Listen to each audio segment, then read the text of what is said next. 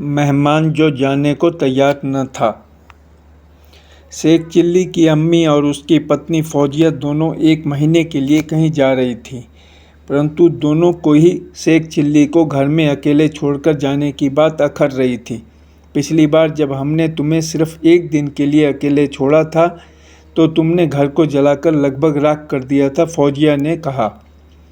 अगर हम तुम्हें पूरे महीने के लिए अकेले छोड़कर गईं तो फिर अल्लाह ही मालिक है। बेगम, तुम बिना किसी बात के फिक्र करती हो, शेख ने उसकी हिम्मत बांधने के लिए कहा। मैं अपनी और घर की देखभाल करने के लिए पूरी तरह सक्षम हूँ, परंतु तुम्हारी तसल्ली के लिए मैं तुम्हें बताना चाहता हूँ कि तुम्हारी गैर मौजूदगी में मैं अपने पुराने दोस्त और चचेरे भाई इरफान भाई से मिलने के लिए जाऊँगा। ठीक है। शेख की बीबी को अब कुछ शांति मिली।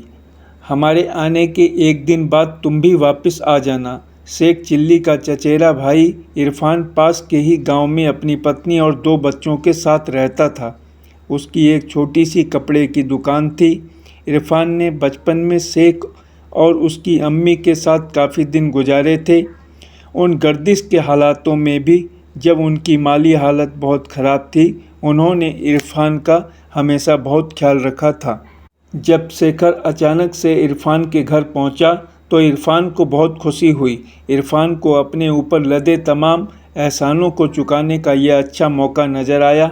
शेख का पहला हफ्ता बड़े आराम से बीता, परंतु जब उसने जाने का कोई नाम नहीं लिया तो इरफान की पत्नी कुछ गुस्सा हुई।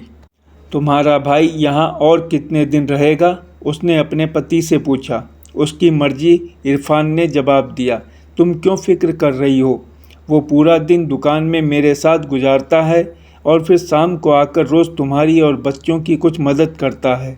वो सब ठीक है, बीबी ने रुखाई से कहा, पर देखो वो खाता कितना ज़्यादा है, उससे हमारा खर्च कितना अधिक बढ़ गया है।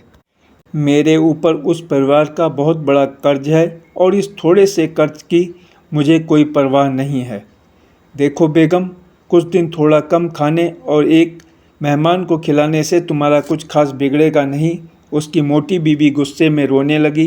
तुमसे बात करने से क्या फ़ायदा? उसने नाक बिचकाते हुए कहा। अब मुझे ही इसके बारे में कुछ सोचना होगा।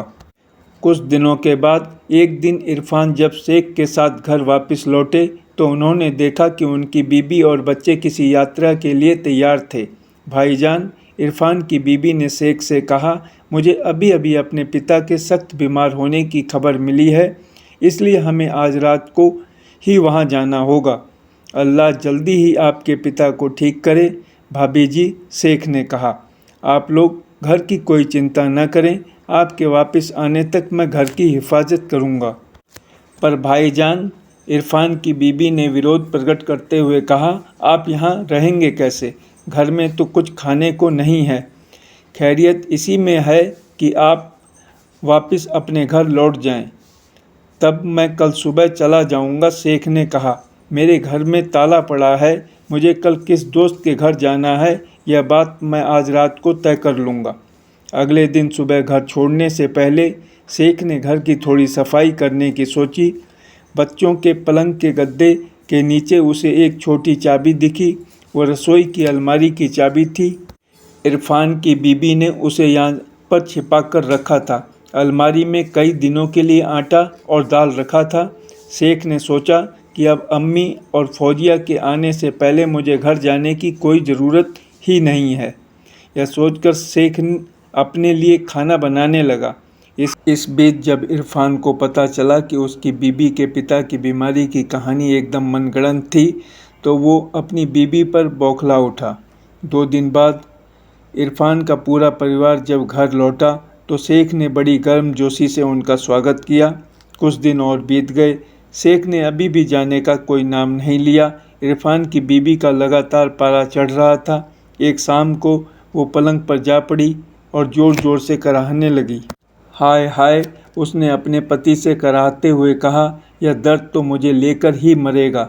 वह बिल्कुल उसी तरह का दर्द है जो भाईजान की अम्मी को होता था। उनसे कहो कि वो उसी हकीम के पास जाएं जिन्होंने उनकी अम्मी को ठीक किया था और मेरे लिए भी उस मर्ज़ की दवा लेकर आएं। हाँ, उन्हें दवाई लेकर यहाँ आने की ज़रूरत नहीं है, हम किसी को भेजकर दवा मंगवा लेंगे। कृपा करके भाईजान से जल्दी जाने को कहो। भाभी जी, मैं सुबह होते ही यहाँ से चला जाऊँगा, शेख ने उन्हें दिलासा दिलाते हुए कहा। रात के अंधेरे में मैं अपना रास्ता भूल सकता हूँ। इंशाअल्लाह आपकी तबीयत जल्दी ही दुरुस्त हो जाएगी। इरफान की बीबी सारी रात कराहती रही। उसकी कराहटों को सुनकर शेख को एक बुरा सपना आया। सपने में उसे लगा जैसे कोई खूंखार शेर उसका पीछा कर रहा हो। शेर से पीछा छुड़ाने के प्रयास में शेख पलंग के नीचे गिर पड़ा और लुढ़क कर उसके नीचे चला गया। उसके बाद बुरा सपना खत्म हुआ और शेख गहरी नींद में सो पाया। अगली सुबह इरफान को शेख का पलंग खाली नजर आया।